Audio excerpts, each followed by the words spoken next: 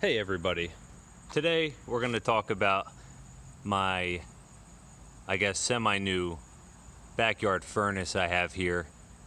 Previously I was using a helium tank that I fabricated to work with everything.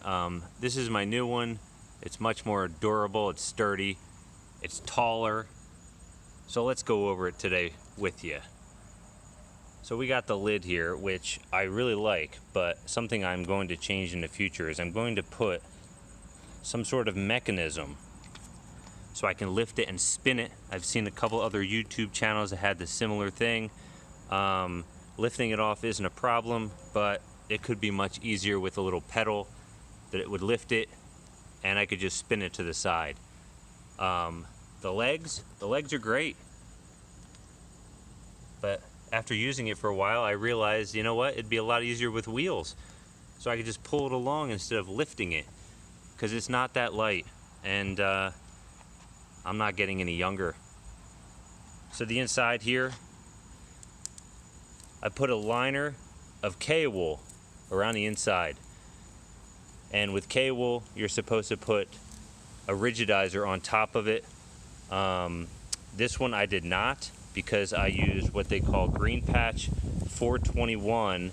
It's a type of refractory mix that it was told to me that you could just put it directly on the wool, no problem, and so far so good. The only thing I have is some cracking going on inside. You can see it here. I am going to replace it. I'm going to just patch it up with some more Greenpatch 421.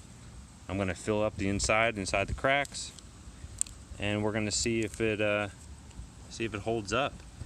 Now the bottom, I have some plinth blocks in here, some plinths as they're called, that the crucible sits on top of.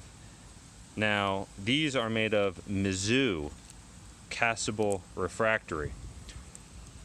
Now on the very bottom, the base of this entire furnace here, it's a dish. So inside that dish I had to fill it to a flat surface, which again I used the Mizzou castable refractory to level it out to be flat. Now the reason I used this propane tank is because it's taller, right? It's actually, I believe it's a 33-gallon propane tank. It's not your typical 18-gallon or 20-gallon tank. So it's a bit taller. I believe the other ones are 18 inches tall. This one I believe is 24 inches tall. I didn't actually measure it, but those are the dimensions that I found online. The reason I did it was because of my crucible. Now currently I'm using a number 4. Now you can see I have plenty of room. Even on the outside perimeter, I have room to get a fatter one. But not only that, I have actually 2 plinths inside just to raise it up even higher. So now you can see it's even deeper, right? So I made it for future builds so I can melt more metal, a bigger volume of metal at that, to do a bigger melt. You can see here the burner comes in on an angle, so it swirls around the crucible, not directly onto it. Now we'll come over here. This is the burner. It's just a simple, that's my choke.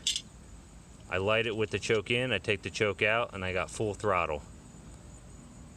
Nice valve here. Got my handles.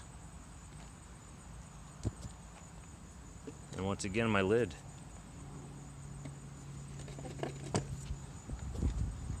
That is my new furnace.